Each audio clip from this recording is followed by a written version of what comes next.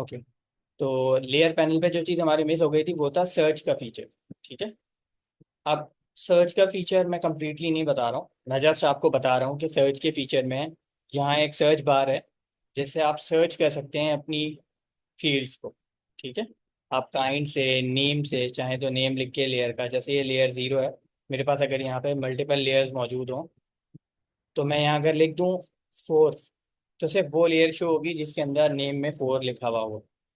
ठीक है। तो आप और भी बहुत सारे इसमें फिल्टर्स हैं जैसे जो लगा के कलर की बेसिस पे या फिर इफेक्ट की बेसिस पे कि कोई इफेक्ट लगाया हुआ है किसी लेयर पे नहीं लगाया हुआ, सिलेक्टेड है आर्ट बोर्ड्स की बेसिस पे कि आर्ट बोर्ड कितने हैं आपके पास। ठीक है। ये सारी बेसिस पे, काइंड पे, ये सब आप सर्चिंग कर सकते हैं। ठीक है। अब ये मैं आपके लिए छोड़ इसलिए रहा हूँ क्योंकि ये मैंने असाइनमेंट का पार्ट बनाया है। ठीक है। ये लेयर के क्वेश्चन आपके असाइनमेंट का पार्ट है, इसलिए मैं खुद से नहीं पूरा डिफाइन कर रहा हूँ, आपको सर्च करना है और इस बारे में इंफॉर्मेशन गैदर करके उसके आंसर्स लिखने हैं।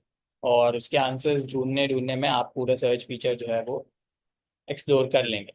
ठीक है। फिर भी अगर किसी को कुछ रह जाए, नेक्स्ट क्लास में मुझसे सर्च फीचर के बारे में पूछ सकते हैं। ठीक।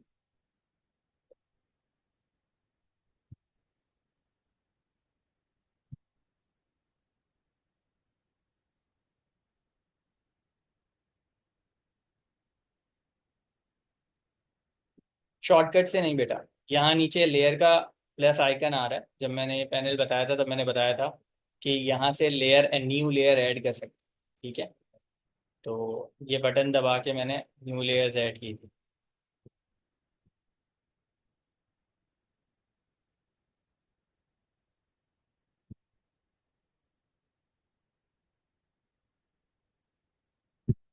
अगर कोई लेयर लॉक है तो उस लेयर के सामने जो लॉक का बटन बना आ रहा होता है उस पर क्लिक करके वो लेयर खोलते हैं, उसका लॉक खोलते हैं।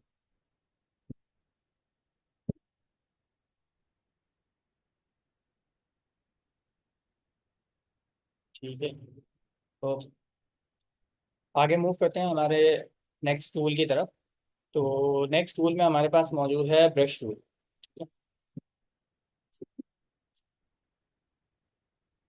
आज हम यहाँ से शुरू करेंगे अपनी पढ़ाई।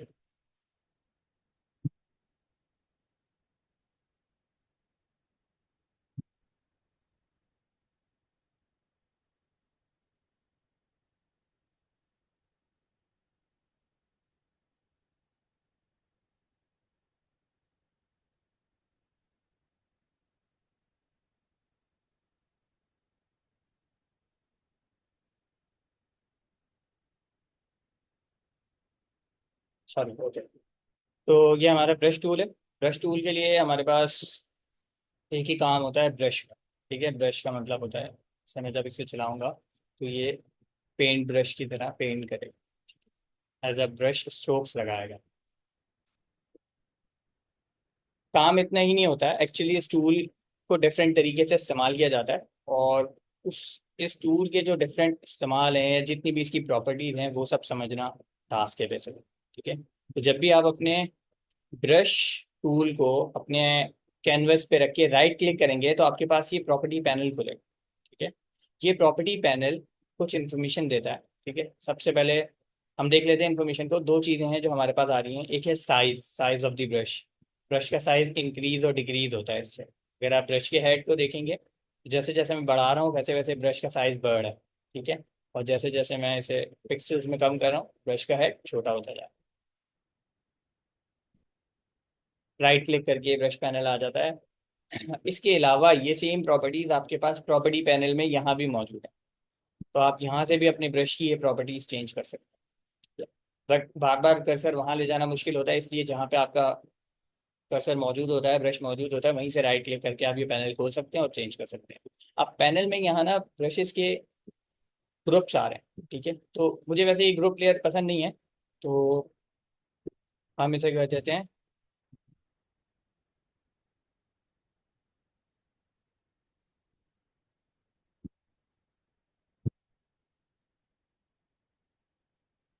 ब्रश ग्रुप्स पे कर देते हैं।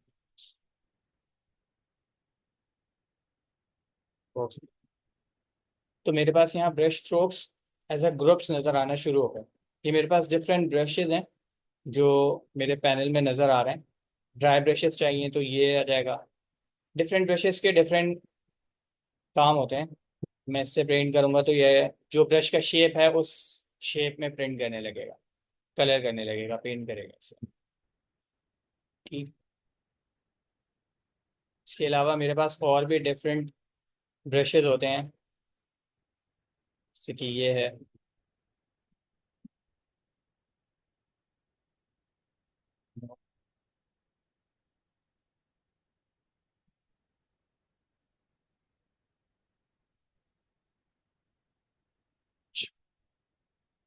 ठीक है। तो ये सारे मेरे पास ब्रशेस की टाइप्स हैं, डिफरेंट टाइप्स के ब्रशेज हैं जो मेरे पास इस्तेमाल है। जर्नल ब्रशेस के फोल्डर के अंदर मेरे पास डिफरेंट काइंड ऑफ ब्रशेस मौजूद हैं, डिफरेंट स्ट्रोक्स के साथ। तो अगर मैं इस तरह का ब्रश लेता हूँ तो ये कंप्लीट हार्डनेस के साथ लिखता है। ठीक है, पेंट करता है। अब इस ब्रश को यूज करने के जो आपके कंट्रोल्स हैं आपको वो सीखने बेसिक। ठीक है। अगर मुझे ब्रश को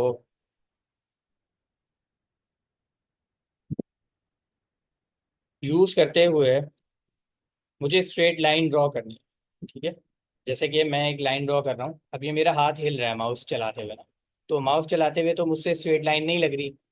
तो मैं क्या करता हूँ, स्ट्रेट लाइन ड्रॉ करने के लिए शिफ्ट का की यूज करता हूँ। मैंने एक बार क्लिक किया, अभी क्लिक छोड़ा नहीं है मैंने माउस से। ठीक है। शिफ्ट का की होल्ड कर लिया, और अब जब मैं लाइन ड्रॉ करूंगा तो चाहे मेरा हाथ आगे पीछे हिल भी रहा हो, लेकिन ये लाइन स्ट्रेट ही ड्रॉ करेगा। ठीक है। Same goes for vertical lines, अगर मैं वर्टिकली ड्रॉ कर रहा हूँ तो ये फिर वर्टिकल लाइंस स्ट्रेट ही ड्रॉ करेगा। ठीक है। अगर मैं बगैर शिफ्ट के करूंगा तो ये लाइन टेढ़ी मेढ़ी हो जाएगी। लेकिन सेम अभी मैंने कर्सर छोड़ा नहीं है और मैंने शिफ्ट होल्ड कर लिया, तो क्या होगा, अगली लाइन जो है वो स्ट्रेट ड्रॉ करना शुरू कर देगा। समझ आ गया। शिफ्ट के साथ होल्ड करके ड्रॉ करने से स्ट्रेट लाइंस आती हैं, चाहे वर्टिकल हो या चाहे हॉरिजॉन्टल हो। ठीक। अब सर, अगर मुझे वर्टिकल या हॉरिजॉन्टल ड्रॉ नहीं करनी, लेट्स जैसे मुझे कोई डायगोनल लाइन ड्रॉ करनी है, तो अब मैं डायगोनल लाइन स्ट्रेट कैसे ड्रॉ करूंगा। डायगोनल लाइन ड्रॉ करने के लिए भी आपने एक दफा यहाँ क्लिक किया, शिफ्ट होल्ड किया, और फिर जाके दूसरी जगह यहाँ क्लिक किया। तो अब जब आप नेक्स्ट पॉइंट पे क्लिक करेंगे ना, उस पॉइंट से जो भी स्ट्रेट लाइन ड्रॉ होती होगी ये वो स्ट्रेट लाइन ड्रॉ करके उसे कंप्लीटली ड्रॉ कर देगा। ठीक है। एक पॉइंट क्लिक किया, शिफ्ट होल्ड किया, और फिर नेक्स्ट पॉइंट पे जाके क्लिक किया, तो उस नेक्स्ट पॉइंट तक की डायगोनल लाइन ड्रॉ कर देगा, या जिस भी एंगल पे आपको चाहिए। तो आप इस तरह इससे कॉम्बिनेशन में भी काम कर सकते हैं। लेट्स जैसे आपने पहले एक स्ट्रेट लाइन ड्रॉ की, सॉरी, आपने स्ट्रेट लाइन ड्रॉ की, वहां कर्सर छोड़ा, शिफ्ट पकड़ा, दूसरी तरफ जाके क्लिक किया, तो उसने वहां तक की लाइन ड्रॉ कर दी। फिर कर्सर छोड़ा, दूसरी तरफ पहुंचे और शिफ्ट होल्ड करके दोबारा क्लिक किया, तो उसने नेक्स्ट लाइन ड्रॉ कर दी। इसी तरह शिफ्ट होल्ड करते हुए अगर आप ऊपर की तरफ मूव करेंगे तो स्ट्रेट लाइन ड्रॉ करेगा। तो ब्रश टूल को यूज करने के लिए शिफ्ट का की इज एन इम्पॉर्टेंट वन। इससे जो है मेरे पास ब्रश की लाइंस जो हैं वो straight, diagonal, point two point draw की जाती है। ठीक है, या पेंट की जाती है। अच्छा, एक चीज और होती है ब्रश की प्रॉपर्टीज में, वो है ब्रश की सॉफ्टनेस। ठीक है।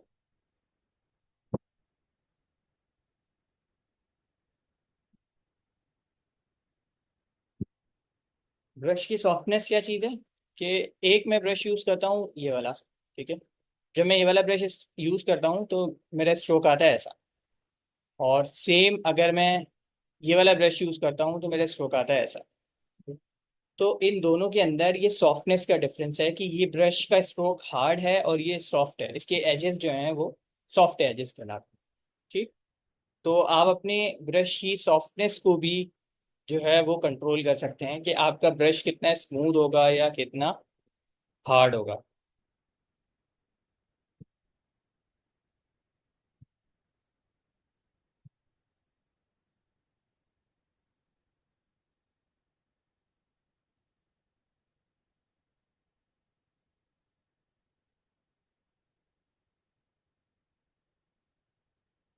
आपके हार्डनेस का पैनल आपके साइज के पैनल के अंदर ही आता है। जैसे आपने यहाँ राइट क्लिक किया तो आपको अपनी हार्डनेस समझ नहीं आ रही तो आपने अपनी हार्डनेस कम कर ली।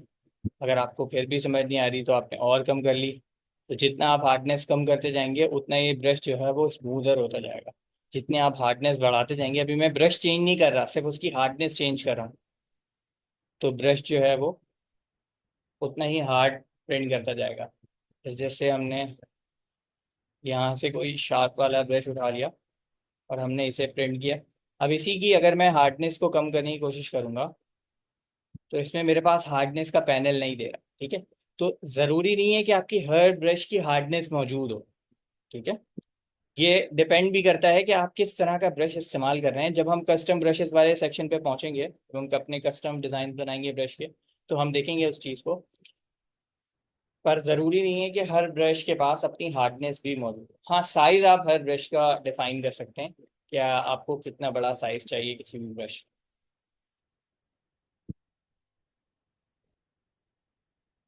किसी को कोई क्वेश्चन ब्रश में अभी तक?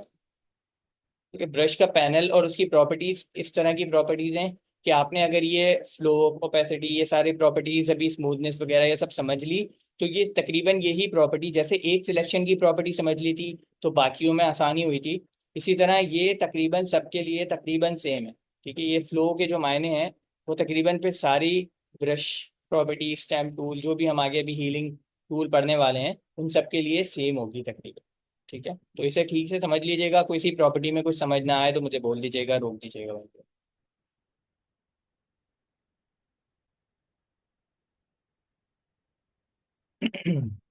अच्छा, ब्रश का साइज छोटा बड़ा करने के लिए बार बार मुझे राइट क्लिक करके साइज को ऐसे करना पड़ता है, मूव करना पड़ता है। तो आप चाहें तो ये ना भी करें। आपके कीबोर्ड में स्क्वायर ब्रैकेट्स होते हैं। अगर आप स्क्वायर ब्रैकेट राइट वाला दबाएंगे तो आपका जो ब्रश साइज है वो इंक्रीज होगा, और अगर स्क्वायर ब्रैकेट लेफ्ट वाला दबाएंगे तो आपके ब्रश का साइज डिक्रीज होगा। ठीक है, ये शॉर्टकट है, तो हो सकता है ये भी किसी क्वेश्चन में आ जाए, याद रखिएगा।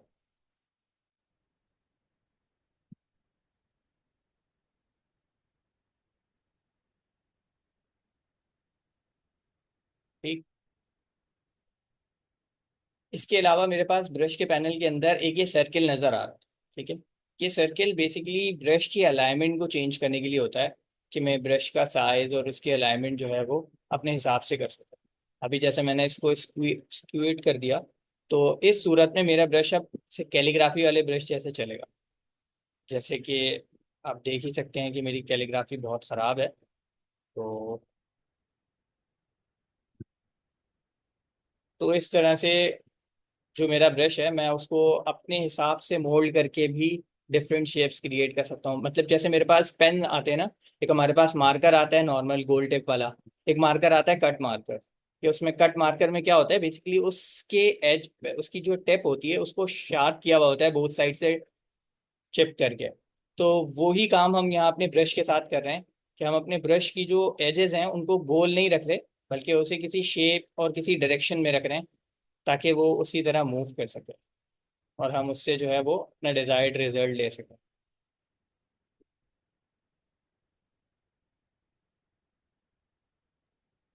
समझ आ गई?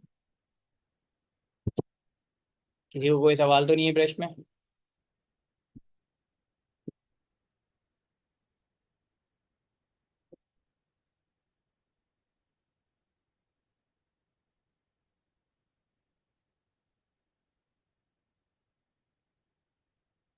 ओके,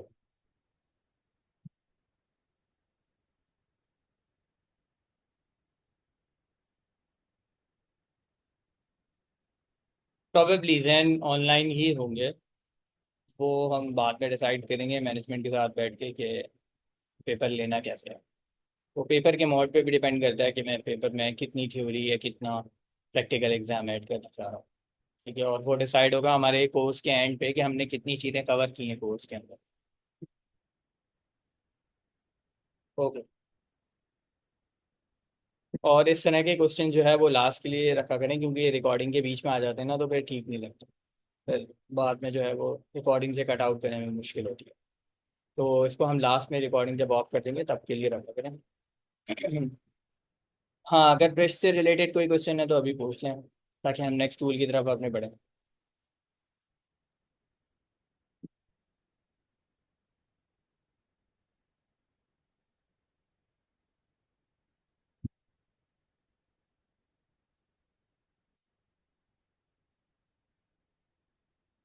ठीक है, तो नेक्स्ट टूल है हमारा क्लोन स्टैम्प टूल।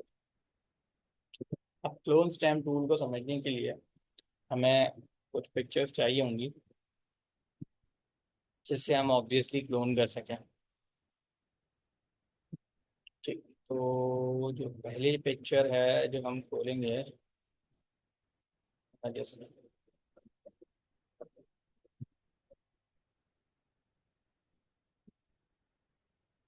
ओके, अब मेरे पास ये एक सीनरी की पिक्चर है, ठीक है। इस सीनरी के पिक्चर में से मैं क्या चाह रहा हूँ, मुझे ये पूरी सीनरी बहुत अच्छी लग रही है, ठीक है। लेकिन मामला क्या है कि इस सीनरी के ऊपर कुछ ऐसा एरिया मौजूद है जिसे मैं चाहता हूँ कि वो ना हो। जैसे कि अगर हम अभी देखें तो ये वाला एरिया है, जो मुझे लगता है ये पानी नहीं होना चाहिए था, ठीक है। ये पानी मुझे थोड़ा अजीब लग रहा है यहाँ पे, ऐसा लग रहा है कीचड़ का गड्ढा बना हुआ, ठीक है, क्योंकि ये कोई जगह नहीं है पानी जमा होने की। तो मैं चाहता हूँ कि इस एरिया में भी ऐसी ही ग्रास आ जाए जैसी मुझे यहाँ फोरग्राउंड में नजर आ, ठीक है। तो इस तरह के कामों के लिए जहां मैं अपने ही ग्राफिक में से सैंपल क्लिक करता हूं और अपने ही ग्राफिक के अंदर किसी और प्लेस पे उस सैंपल को प्लेस कर देता हूं, इसके लिए मैं यूज करता हूं अपना क्लोन स्टैम्प टूल, ठीक है।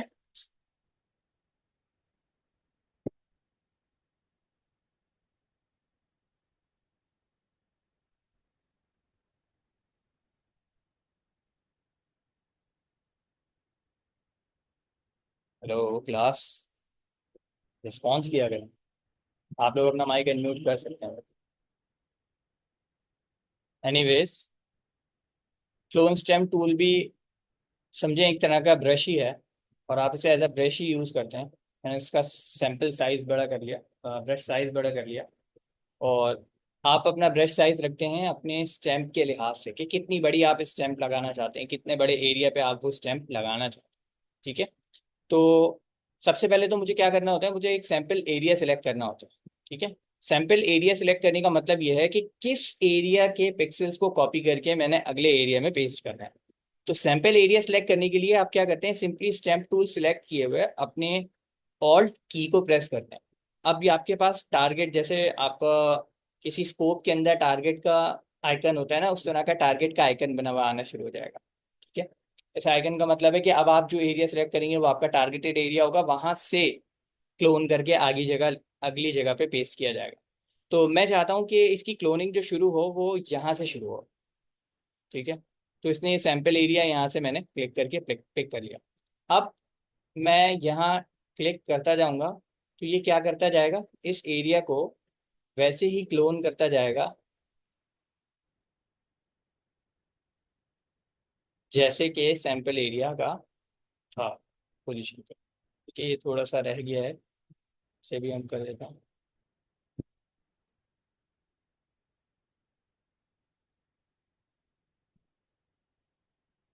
अब ये काम करते हुए भी आपने जो एक चीज का ख्याल रखना है, वो सबसे पहले ख्याल रखना है नई लेयर, ठीक है। कभी भी आपने जो क्लोनिंग करनी है वो नई लेयर पे, उसी लेयर पे नहीं करनी है, हमेशा जो है उसे नई लेयर क्रिएट करके उसके ऊपर क्लोनिंग करनी है। तो जितनी भी क्लोनिंग मैंने अभी की है, अगर मुझे इसमें से कुछ भी चेंज करना है ना, तो अब मैं मुश्किल में पड़ गया हूँ, क्योंकि अब मैं अगर चेंज करूंगा तो मेरी पिक्चर इरेज होने लगेगी अगर मैं इरेजर यूज करूंगा तो मुझे बेसिकली जो यूज करना है स्टैम्प टूल, क्लोन टूल। तो मैं क्लोन टूल इस तरह यूज करूंगा कि मेरे पास पहले एक नई लेयर होनी चाहिए, ठीक है। मैंने सैंपल पिक कर लिया है, मैंने ऑल्ट की से यहाँ से सैंपल पिक कर लिया है, और अब मैं जो हूँ वो इसे ड्रॉ कर रहा हूँ एज अ ब्रश, उसे ड्रॉ कर रहा हूँ, ओके। यहाँ पे करंट लेयर नहीं, ऑल लेयर्स कर रहा हूँ, ठीक। तो यहाँ से सैंपल पिक कर लें, और अब मैं इसे पेंट करूंगा तो ये पेंट करता जाएगा साथ साथ।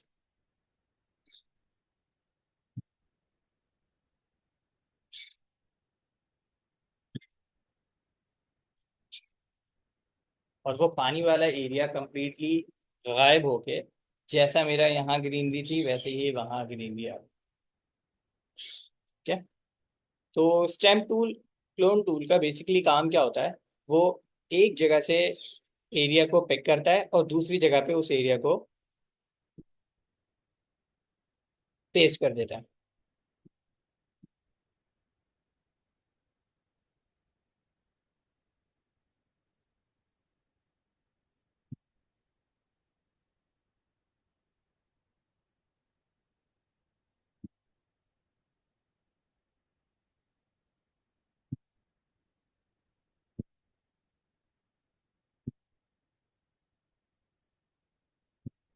ओके जैन, हम थोड़ी देर में खोलते हैं, हमारे पास अभी 10 मिनट्स है। वैसे आई गेस खुला हुआ है।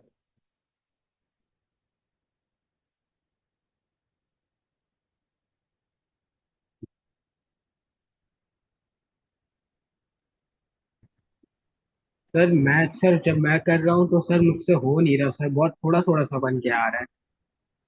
ठीक है।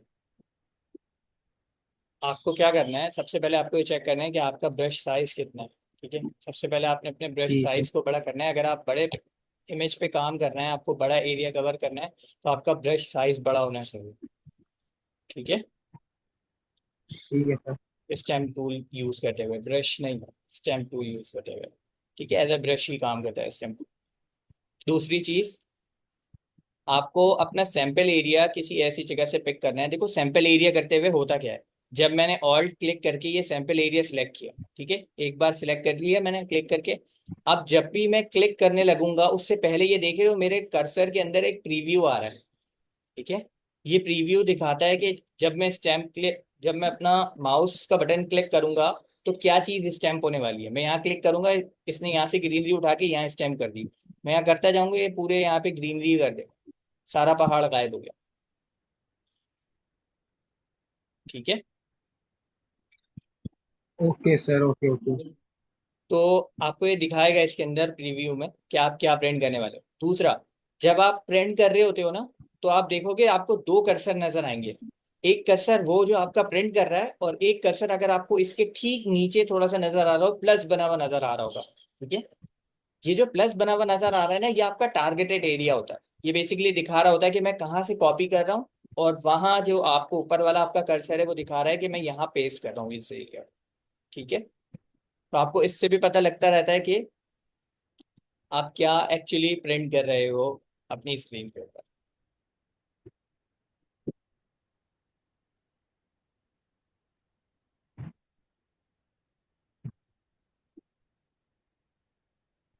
ठीक है, तो स्टेम टूल में भी हमारे पास एक ऑप्शन होता है ओपेसिटी का। ठीक है, ओपेसिटी क्या करती है, ओपेसिटी बेसिकली स्टेम टूल की ओपेसिटी को कम या ज्यादा करती है। कि मैंने एक बार इसकी ओपेसिटी कम कर दी, तो अब जो ये ग्रास प्रिंट कर रहा है, वो कैसी ग्रास प्रिंट कर रहा है,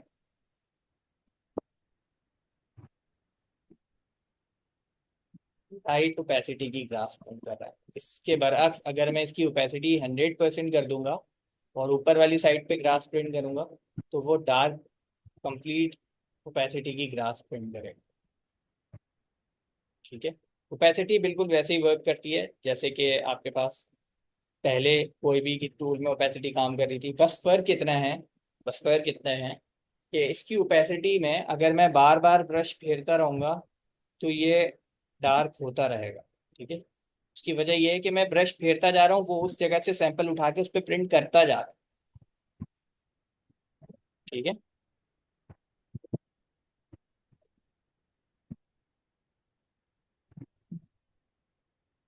इसके बाद इसके इस टूल के पास भी अपने कुछ ब्लेंडिंग मोड्स हैं। लेट जैसे मैंने इसको ऐसे करके इसके ऊपर रख दिया, प्रिंट कर दिया, और उसके बाद इसका ब्लेंडिंग मोड चेंज करो, तो इसके ब्लेंडिंग मोड पे भी, ब्लेंडिंग मोड से भी इस पे फर्क पड़ता है। ठीक है, इसके डिफरेंट ब्लेंडिंग मोड्स हैं, आप डिफरेंट मोड्स ट्राई करके देखिएगा कि आपके डिफरेंट ब्लेंडिंग मोड्स पे किस तरह का रिजल्ट आ रहा है। अभी क्योंकि ग्रीनरी वाली पिक्चर है तो हो सकता है आपको इतना ज़्यादा फर्क वाजे नज़र ना आए, लेकिन अगर आप किसी और कलर वाले पिक्चर्स पे काम करें तो आपको इस पे ब्लेंडिंग मोड पे डिफरेंट रिजल्ट्स मिले। जैसे कि मैंने बताया था कि ब्लेंडिंग मोड जो है वो कभी भी प्रिडिक्टेबल रिजल्ट्स नहीं देते हैं, मोस्टली अनप्रिडिक्टेबल रिजल्ट्स आते हैं। ठीक है। इसके बाद मेरे पास एक और बटन नजर आ रहा है ओपेसिटी के बराबर में, जो कि फ्लो का बटन है। फ्लो क्या काम करता है? फ्लो बेसिकली मेरा, एक्चुअली हमने ये सारी चीज़ें ब्रश में भी देखनी थी। अगर मैं आपको ब्रश पैनल पे लेकर आऊँ वापस, तो ब्रश में भी हमारे पास ओपेसिटी और फ्लो है। ओपेसिटी हमें पता है क्या काम करती है, ब्रश में भी फ्लो एक काम करता है। फ्लो का काम क्या होता है? ये अमाउंट ऑफ कलर जो है ना, वो कंट्रोल करता है कि मेरे ब्रश से कितना अमाउंट ऑफ कलर निकलेगा, ये मेरा फ्लो डिसाइड करता है। ठीक है। सेम सेम ब्रश है, सेम कलर है, मैंने तीनों स्ट्रोक से फ्लो कम करके लगाया। ये बिल्कुल ऐसे ही है कि आपने एक ब्रश लिया, आप पेंटिंग कर रहे हैं, आपने उस ब्रश को डिप किया अपने कलर के अंदर। अब आपने पहला स्ट्रोक जब ब्रश से लगाया तो वो डार्क लगेगा, क्योंकि इस वक्त ब्रश के अंदर मैक्सिमम अमाउंट ऑफ पेंट है जो उसने कैरी किया था आपके बॉक्स में से। ठीक है। आप उसी ब्रश को बगैर दोबारा गीला किए स्ट्रोक किए जा रहे हैं अपनी दीवार के ऊपर। तो एक टाइम आएगा कि हल्के हल्के हल्के हल्के जब उसके अंदर जितना कलर कम होता जाएगा, उतना जो है उसके स्ट्रोक जो है वो लाइटर होते जाएंगे आपकी वॉल के ऊपर। ये बिल्कुल वैसे ही है, फ्लो ऐसे ही काम करता है। आप कंट्रोल कर सकते हैं कि मेरे पेंट ब्रश में से कितना कलर निकलेगा। तो फ्लो एक ऐसी प्रॉपर्टी है जो आपको बहुत काम आएगी, आपको ये सारे काम करते हुए। ठीक। तो इसी तरह मैं अगर अपनी वापस इमेज पर आ जाऊं, तो इसमें भी मेरे पास फ्लो मौजूद है। फ्लो का काम यहाँ पे भी वही है कि अमाउंट ऑफ प्रिंट जो है ना वो कंट्रोल करता है कि कितना प्रिंट करूंगा मैं। ठीक है। जब मैंने स्ट्रोक लगाया फ्लो कम करके 38% फ्लो करके मैंने स्ट्रोक लगाया, तो देख रहे हो ये ग्रीनरी कितनी लाइट सी आई है। अब मैं इसको बैक कर लेता हूँ, कंट्रोल सी, और मैं फ्लो को बढ़ा के सेम जगह सेम ब्रश से स्ट्रोक लगा दूँ। अब ग्रीनरी में फर्क कितना है? ठीक है। मैं कोई प्रेशर पैड तो यूज नहीं कर रहा ना कि प्रेशर की वजह से फर्क आ रहा होगा। ठीक है। मैं तो सिंपल माउस यूज कर रहा हूँ, तो इसका मतलब है कोई प्रेशर सेंसर नहीं है जो ये डिफाइन कर रहा है कि फ्लो कितना होगा। एक्चुअली मेरे फ्लो वैल्यू से कंट्रोल हो रहा है कि कितने अमाउंट जो है वो पिक्सल प्रिंट हो। तो स्टैम्प टूल में भी फ्लो इसी तरह काम करता है जिस तरह ब्रश का फ्लो काम करता है। ठीक सर। है। जी। सर हमें जब लेयर पे हमारा बहुत सारा जब काम हो जाता है तो हमें उसको वापस से नॉर्मल आने पे क्या करना होता है? सॉरी। मतलब जैसे मेरी एक लेयर है, मेरी लेयर पे मैंने बहुत काम कर लिया, अब मुझे उसको वापस लाइक जीरो पे लाना है, बिल्कुल कुछ नहीं रखना उस पे, तो मुझे क्या करना होगा? तो आप उस लेयर को बंद कर दें, तो उस लेयर पे आपने जितना काम किया होगा वो वाली लेयर का सारा काम गायब हो जाएगा आपके कैनवस पर से। वो जो चाहे, आई वाला बटन आ रहा होता है। जी जी, चाहे तो उस लेयर को डिलीट कर दें। और आप चाह रहे हैं कि मैं कंप्लीटली उस लेयर को जो है वो उस पर जितने भी चेंजेस किए हैं वो ख़त्म कर दूं, या मैंने जहां से जी। अपना डॉक्यूमेंट खोला था वापस मेरा डॉक्यूमेंट उसी पोजीशन पे पहुंच जाए, तो जी आपके जी। पास रिवर्ट करके एक ऑप्शन होता है। ठीक है। रिवर्ट करके, इन्वर्ट किधर नहीं, किधर सर? रिवर्ट करके। ठीक है। ये ऑप्शन आएगा आपकी फाइल के अंदर, और एग्जैक्टली मुझे भी याद नहीं है कि आएगा कहाँ से। चलो इसे भी असाइनमेंट के क्वेश्चन में रख लो, ढूंढ के लेकर आना। जैन ने सबको फंसा दिया है, एक क्वेश्चन और ऐड करवा दिया है। ठीक है। एक रिवर्ट करके ऑप्शन होता है, जिससे आपका जो कैनवस है, जो आपकी फाइल है, वो उस स्टेट पे पहुंच जाती है जिस स्टेट पे लास्ट टाइम उसे सेव किया गया था। ठीक है। तो बेसिकली वो जितने भी चेंजेस होते हैं ना, उन सारे चेंजेस को रिवर्ट कर देता है। Okay sir. ठीक है। और उसका शॉर्टकट की भी मुझे याद है, लेकिन वो भी मैं नहीं बताऊंगा, ताकि जो है आप लोग जो है कुछ मेहनत कर लें। ठीक है। मैं भी आपको दबा के दिखा देता हूँ। मैंने अभी अपना वो शॉर्टकट की दबाया है, ये कर्सर मूव कर रहा है, और मेरा डॉक्यूमेंट इस वक्त उस पोजीशन पर आ गया है जिस वक्त बिल्कुल मैंने इसे खोला था। ठीक है। इवन वो लेयर भी लॉक आ रही है। तो ठीक जितने है भी सर। चेंजेस मैंने अपने डॉक्यूमेंट पे किए थे वो सारे चेंजेस क्या हो गए? रिवर्ट हो गए। ठीक।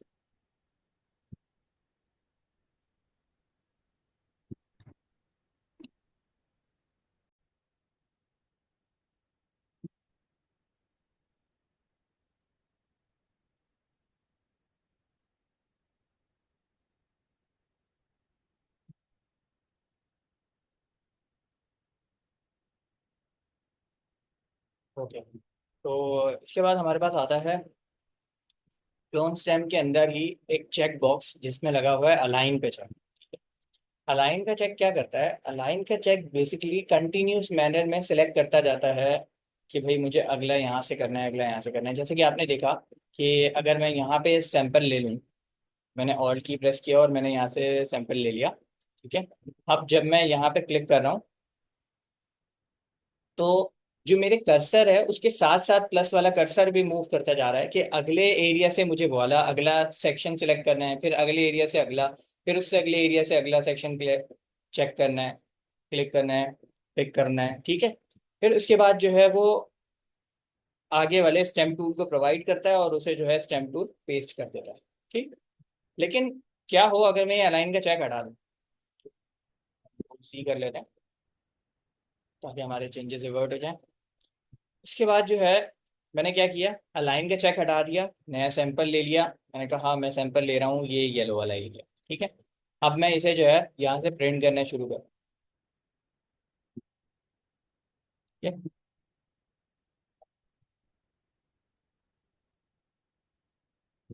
तो अब अलाइन क्या कर रहा है? अब अलाइन जो है जितनी बार भी मैं नया टैप करूंगा ये हमेशा यही वाला एरिया दोबारा से प्रिंट करेगा।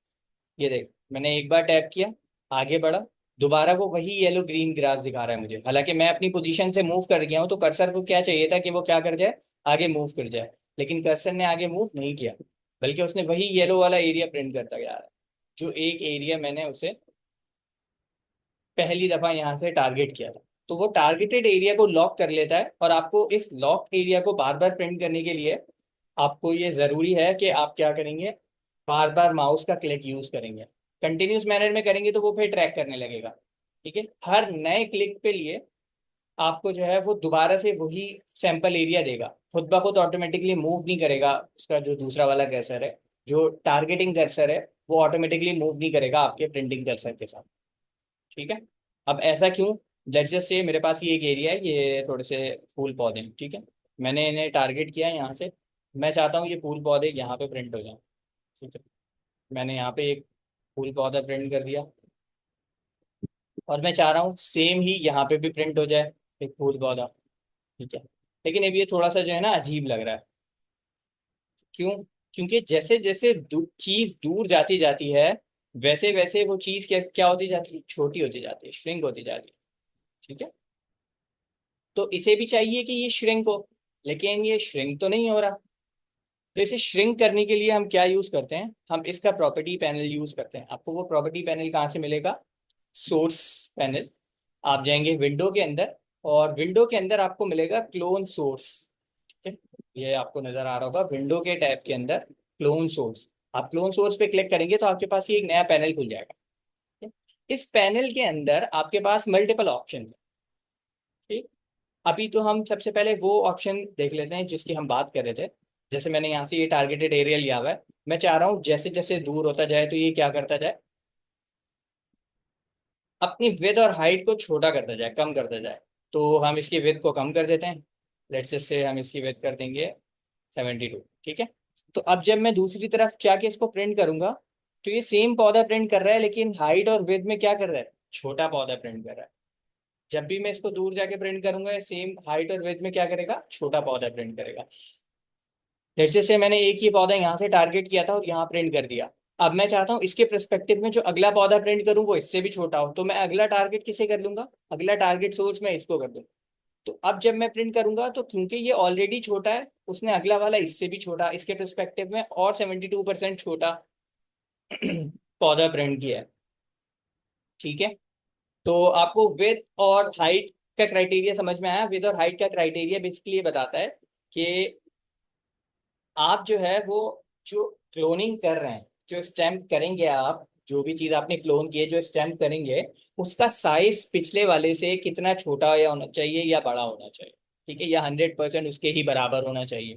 तो ये विद और हाइट का कॉन्सेप्ट है इसके अंदर, ये जो पैनल के अंदर आपको विद और हाइट दिख रही है, ठीक है। और इसके साथ आपको ये एक छोटा सा चेन का चेक भी मिल रहा है, ठीक है। जब तक वो चेन का चेक लगा हुआ था मैं विद और हाइट को जब चेंज करता हूँ ना तो ये एक साथ बढ़ती है, प्रोपोर्शनली कम और ज्यादा हो रही है। देखें दोनों वैल्यूज या तो बढ़ रही हैं या तो कम हो रही हैं। बढ़ा रहा हूँ तो बढ़ रही है, कम हो रहा हो तो कम कर रहा हूँ तो कम हो रही है। लेकिन एक साथ हो रही है। ये चेन का चेक बेसिकली लॉक करता है विद और हाइट के एक्सपेक्ट रेशियो को, ठीक है। अगर मैं इस चेन की चेक पे से हटा दूंगा, जैसे कि अभी ये ब्लैक हुआ हुआ था, ब्लैक बॉक्स आ रहे थे स्टिकर, अब नहीं आ रहा। तो अब जब मैं विथ को सिर्फ बढ़ाऊंगा तो अब सिर्फ विथ बढ़ेगी। जैसे अगर अब मैं इसे प्रिंट प्रिंट करने की कोशिश करूंगा तो ये विथ में बड़ा प्रिंट होगा और हाइट में उतना ही रहेगा, ठीक है। तो ये डिफरेंट, अगर मैं भी आपको दूसरे पिक्चर खोल के दिखा दूंगा विद और हाइट की एक और एग्जांपल, कि विद में अगर मैं बड़ा चाह रहा हूँ या हाइट में अगर बड़ा चाह रहा हूँ। लेट्स जैसे मेरे पास एक और पिक्चर है,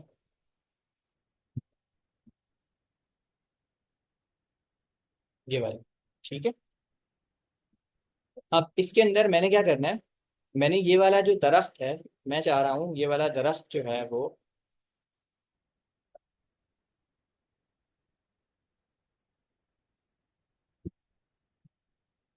प्रिंट करना चाह रहा हूँ। तो मैंने एक नई लेयर ड्रॉ की, ठीक है।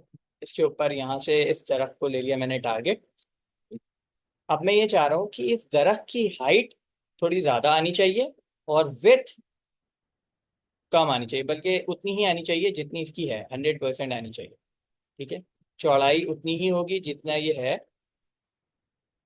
और इसकी जो हाइट होगी वो तकरीबन इससे, इसकी ओरिजिनल हाइट से थोड़ी ज़्यादा आएगी, ठीक है, 108%। अब जब मैं इसे प्रिंट करूंगा यहाँ पे, लेट्स से मैं इसे यहाँ क्लोन कर रहा हूँ, मैंने क्लोन करना शुरू किया, तो ये ओरिजिनल दरख्त से, मेरे कर्सर को देखिएगा, प्लस वाले कर्सर को, जो कि क्लोनिंग करके दे रहा है।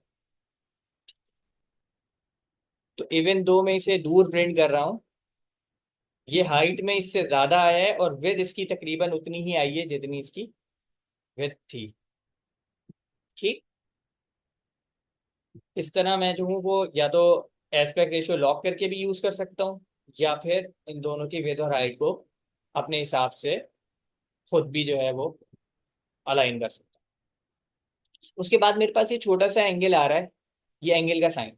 ये एंगल का साइन बेसिकली डिसाइड करता है कि आप जो प्रिंट करने वाले हैं वो चीज़ कितने एंगल पे प्रिंट होगी, ठीक है। जैसे अब मैंने इसे 0.6 डिग्री प्रिंट करके प्रिंट किया है, तो ये थोड़ा सा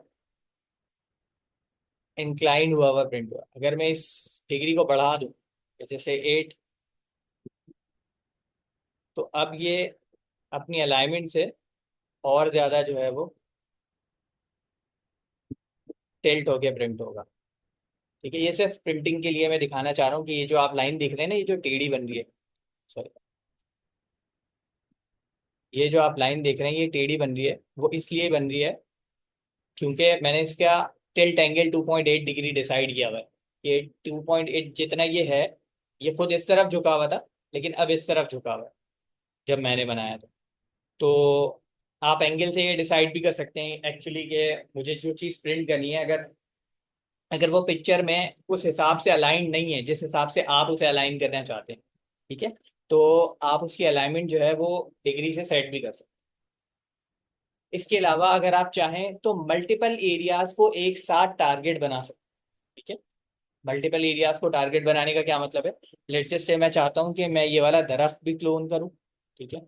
तो मैंने पहले वाले क्लोन के अंदर, पहला ये जो मेरे पास मल्टीपल स्टेम्स की आइकन्स बने हुए आ रहे हैं, इसके अंदर पहले वाले क्लोन पे मैंने टारगेट ले लिया इस वाले ट्री को, इस ट्री के बॉटम से ले लेता हूँ, ऑल्ट के साथ मैंने, सॉरी, पहले स्टेम टूल सेलेक्ट करना है, फिर ऑल्ट के साथ यहाँ पे क्लिक करना है। तो इसने पहला टारगेट ये सेव कर लिया। अब मैं जहां भी ये वाला स्टेम सिलेक्ट करके जहां भी चाहूंगा प्रिंट करने, तो क्या करेगा कि ये वाला दरख्त प्रिंट करेगा, ठीक है। जैसा ये दरख्त था उसने एज इट इज यहाँ पे प्रिंट कर दिया। अब मैं चाहता हूँ कि मैं ये वाला पेड़ भी प्रिंट करूँ यहाँ पे ना पीछे, लेकिन अगर मैंने इसको टारगेट ले लिया तो पुराना वाला टारगेट चला जाएगा। तो मैं क्या कर सकता हूँ, मल्टीपल टारगेट्स एक टाइम पे भी दे सकता हूँ, ठीक है। और हर टारगेट का अपना डिफरेंट प्रॉपर्टी पैनल होगा। जैसे इसकी प्रॉपर्टीज ये सेट है, तो अगले टारगेट पैनल पे सारी प्रॉपर्टीज रीसेट हुई भी मिलेंगी आप, ठीक है। उसके अंदर आप क्या करेंगे, उसके अंदर आप अपना नया टारगेट सोर्स डिफाइन करेंगे कि भाई मेरा जो नया टारगेट सोर्स है वो ये वाला ट्री है। अब ये वाले क्लोन स्टैम्प के अंदर ये वाला ट्री स्टोर हो गया। अब मैं जहां भी जाके, जब मेरा ये वाला क्लोन स्टैम्प जो है वो सिलेक्टेड है, तो अब मैं जब भी प्रिंट करने लगूंगा तो वो मुझे क्या करके प्रिंट देगा, ये वाला ट्री प्रिंट करके देगा,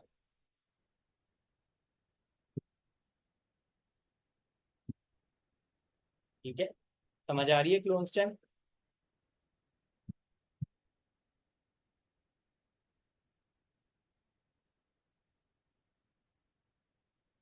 हाँ भाई।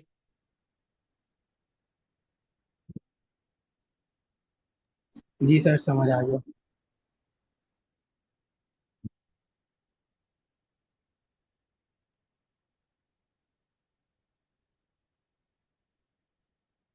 ओके, तो हम नेक्स्ट की तरफ मूव करते हैं। इस पैनल के अंदर हमारे पास कुछ और ऑप्शन भी हमें नजर आ रहे हैं। ठीक है, ये ऑफसेट वैल्यू और लॉक फ्रेम जो है वो इसको अब ये छोड़ दें। अभी ये हमारे काम की चीज़ नहीं है। शो ओवरले हमारी एक काम की चीज़ है। शो ओवरले बेसिकली क्या कर रहा है, जो अभी मैंने आपको दिखाया था ना कि मैं जब भी कर्सर लेके जाता हूँ तो मुझे इसके अंदर जो है वो नजर आता है कि मैं क्या प्रिंट करने वाला हूँ। ठीक है, तो बेसिकली ये शो ओवरले वही चीज़ है। अगर आप ये बंद कर देंगे तो आप देखें मेरे कर्सर पे मुझे टारगेटेड स्टेम नजर नहीं आ रही है। अगर मैं इसे खोल दूं तो मुझे स्टेम पर नजर आता है कि कौन सा एरिया प्रिंट होने वाला है। अगर मैं दूसरी स्टेम पे आ जाऊंगा तो ये ट्री प्रिंट करेगा और वो दिखाएगा कि इसके अंदर भी अब ट्री प्रिंट होने वाला है। ठीक, तो शो ओवरले बेसिकली दिखाता है कि आप क्या देखने वाले हैं, आप क्या प्रिंट करने वाले हैं। ठीक, इसके साथ मेरे पास ये क्लिप का चेक लगा हुआ है। अगर ये क्लिप का चेक ना लगा हुआ हो तो वो बेसिकली पूरी पिक्चर दिखाता है कि भाई ये वाला एरिया पिक्चर का जो है ना प्रिंट होने वाला है। ठीक है, तो ये बेसिकली थोड़ा डिस्ट्रैक्टिंग हो जाता है। अगर आपको अभी इतना कमांड नहीं है इस चीज़ के ऊपर तो ये एक्चुअली डिस्ट्रैक्टिंग हो जाता है कि आप इस चीज़ को किस तरह क्लोन कर रहे हो, कैसे लेके जा रहे हो। कि वो जो 2.8 डिग्री का एंगल मैं बता रहा था ना, ये पिक्चर टेढ़ी इसीलिए आ रही है। ये 2.8 डिग्री के एंगल की वजह से पिक्चर टेढ़ी आ रही है। ठीक है, अगर मैं दूसरे वाले स्टैम्प से दिखाऊंगा तो ये पिक्चर स्टैम्प में टेढ़ी नहीं आ रही। क्यों? क्योंकि इसका एंगल कुछ भी डिफाइंड नहीं है, ये जीरो एंगल पर है, तो ये पिक्चर सीधी आ रही है। जबकि इस स्टैम्प पे मैंने एंगल 2.8 डिफाइन किया हुआ है, तो ये जो टारगेटेड, ये जो सामने आपको फ्रंट पे तस्वीर दिख रही है ना, ये बेसिकली टारगेटेड तस्वीर दिखा रहा है ये।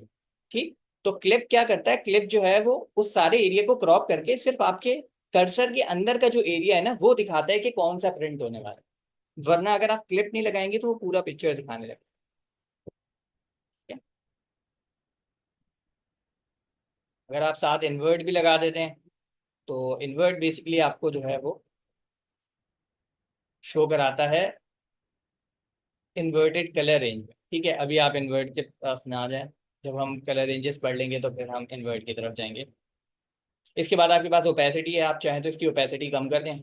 जो आपका क्लिप्ड एरिया आपको नज़र आ रहा है, अगर आप उसकी ओपेसिटी कम कर देंगे तो आपको कम ओपेसिटी में वो एरिया नज़र आएगा। ठीक है, जैसे आपको ये पिक्चर नज़र आ रही है पूरी, लेकिन इसकी ओपेसिटी क्या हो गई है, कम हो गई है। ठीक, तो आप ओपेसिटी बढ़ा दें तो आपको ओपेसिटी और ज़्यादा नज़र आने लगेगी। वो पिक्चर जो आपने प्रिंट करनी है बेसिकली टारगेटेड एरिया की ओपेसिटी है। तो आप क्लिप ही रखें इसे, तो क्लिप में ही आपका काम हो जाएगा और आपको चीज़ें जो है प्रिंट करते हुए स्टैम्प टूल की चीज़ें सारी समझ आ जाएंगी। स्टैम्प टूल के बार के अंदर एक चीज़, एक ड्रॉप डाउन और रह गया है बस। वो ड्रॉप डाउन है हमारा ब्लेंडिंग मोड का ड्रॉप डाउन। ठीक है, इसमें भी ब्लेंडिंग बोर्ड आई गेस वैसे ही काम करते हैं जैसे बाकी जगह काम करते हैं। ठीक है, तो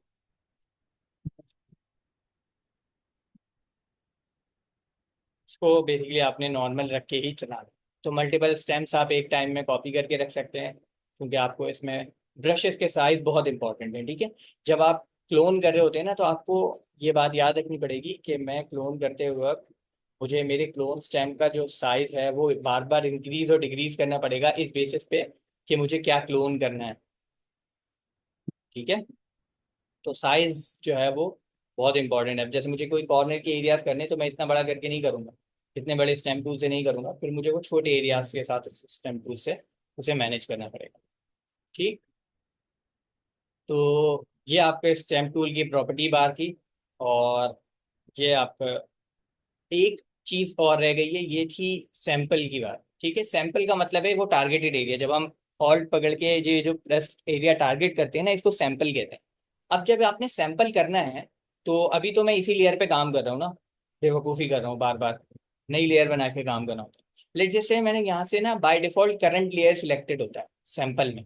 अगर आपने एक नई लेयर क्रिएट की है और आप एक्चुअली नई लेयर पर हैं और आपने उस लेयर पे रहते हुए ऑल्ट प्रेस करके यहाँ से सैंपल लिया है, तो अब एक्चुअली इस लेयर के ऊपर कुछ था ही नहीं यहाँ सैंपल लेने के लिए, ट्रांसपेरेंट पिक्सेल्स थे। ठीक है, तो इसलिए उसने सैंपल में कुछ लिया भी नहीं है। अब मैं प्रिंट करने की कोशिश कर रहा हूँ लेकिन कुछ भी प्रिंट नहीं हो रहा। क्यों?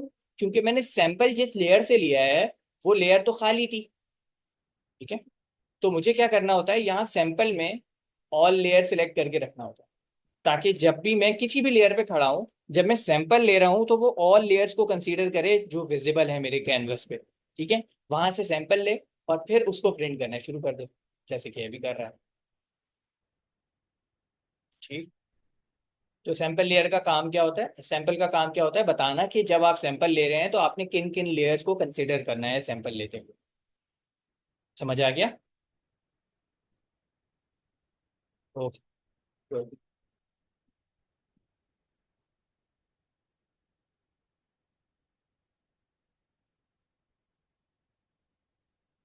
इसके बाद है हमारे पास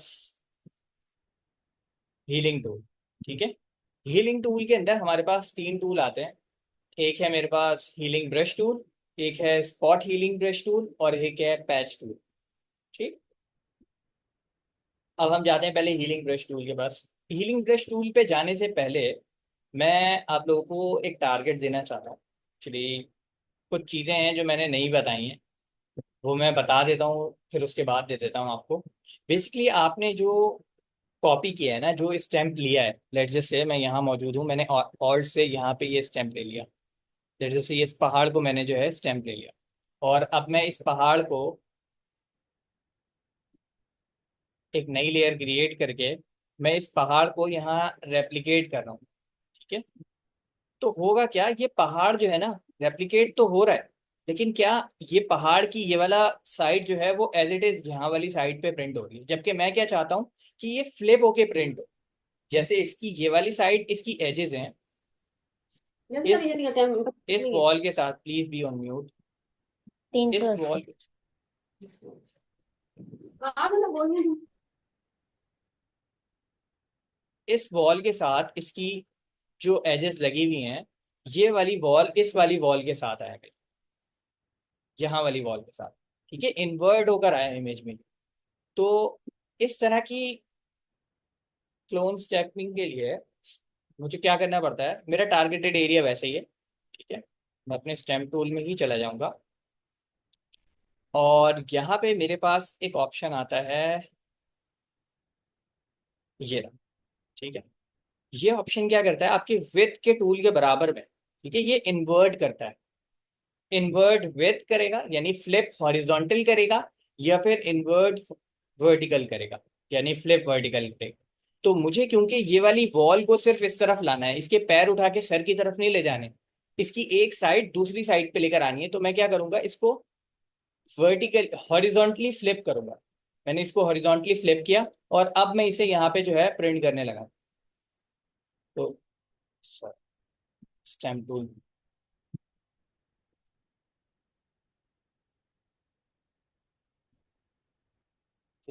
टारगेट मैंने ले लिया यहाँ से, और अब मैं इस टारगेट को प्रिंट करने लगा हूँ। तो अब ये क्या करेगा, इस टारगेट को ऐसे प्रिंट करेगा जैसे ये वाली साइड मेरी वॉल है। अब आपको फर्क नजर आना शुरू हो गया होगा कि एक्चुअली इसने जो है वो किस एरिया को किस तरह प्रिंट किया। मैंने इसको दीवार से दूर इसलिए जानबूझ के प्रिंट किया है, ताकि आप देख सकें कि एक्चुअली इसने इस वाले पोर्शन को इन्वर्ट करके इस तरफ प्रिंट कर। क्या इन्वर्ट समझ आ गया है सबको? क्योंकि ये इन्वर्ट आपके असाइनमेंट का पार्ट होगा। Yes sir. ठीक है, तो ऐसे ये वर्टिकली फ्लिप या वर्टिकली इन्वर्ट जो है वो आप यूज करते हैं। अब आपका असाइनमेंट क्या होगा, अच्छा अभी इसको बंद नहीं करते हैं। आपका असाइनमेंट होगा दिस इमेज, बहुत कॉमन इमेज है, हम स्टेम टूल में बहुत ज़्यादा जो है ना इसको इस्तेमाल करते हैं। पहले मैं वेस्ट छोटा कर लेता हूँ, क्योंकि ये इमेज जो है वो हाई रेजोल्यूशन इमेज नहीं है। अब वो क्या रहा है, ये बहुत प्यारा सा डॉग है। इस डॉग की जो एक साइड है, वो एक साइड इसे कुदरती तौर पे ब्लैक मिली है, और दूसरी जो इसकी साइड है वो इसको थोड़ी सी जो है ना वो ग्रेइश कलर और वाइट मिक्स में मिली है। मैं चाहता हूँ इसका जो ये फेस है ना वो सिमेट्रिकल दिखे मुझे। ठीक है, तो आपका टास्क ये है कि आपने क्लोन टूल से, क्लोन स्टैम्प टूल से एक जगह से इसका ये पोर्शन क्लोन करके इस जगह पे इसे प्रिंट करना है। ठीक है, मैं नहीं चाहता कि कान भी प्रिंट हो, ठीक है, मैं ये चाहता हूँ सिर्फ जो इसका ये फेस वाला एरिया है, मैं चाहता हूँ कि इसका जो सिर्फ ये इतना एरिया है, ये एरिया क्लोन होके इस तरफ आ जाए, इस वाले एरिया में। ठीक है,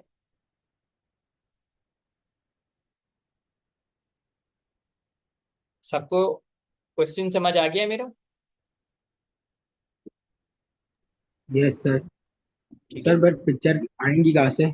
ये पिक्चर मैं आपको प्रोवाइड करूँ, ओके सर। ये आपके असाइनमेंट और के सर फोल्डर में आपने आएंगे। वो इन इन्वर्ट का ऑप्शन कहाँ से निकाला था? ठीक है, अगर आपने स्टेम टूल सिलेक्ट किया हुआ है या नहीं भी किया हुआ, तो आप विंडोज में जाएंगे और विंडोज में आपके पास क्लोन सोर्स का ऑप्शन आ रहा होगा। ठीक है, इस क्लोन सोर्स के ऑप्शन पे क्लिक करेंगे तो आपके पास यहाँ पे एक विंडो खुल जाएगी इस तरह की, कि ये विंडो पैन खुल जाएगा। इस पैन के अंदर आपके पास विड्थ के बराबर में फ्लिप करने का ऑप्शन होता है कि आप हॉरिजॉन्टली फ्लिप करना चाहें या वर्टिकली फ्लिप करना चाहें, तो इसे यहाँ से फ्लिप कर सकते हैं। Okay sir, thank you. ठीक है, अच्छा अब हमारे पास जो है इस पॉइंट तक आज हमारे पास मैं पहले पॉज कर लेता हूँ।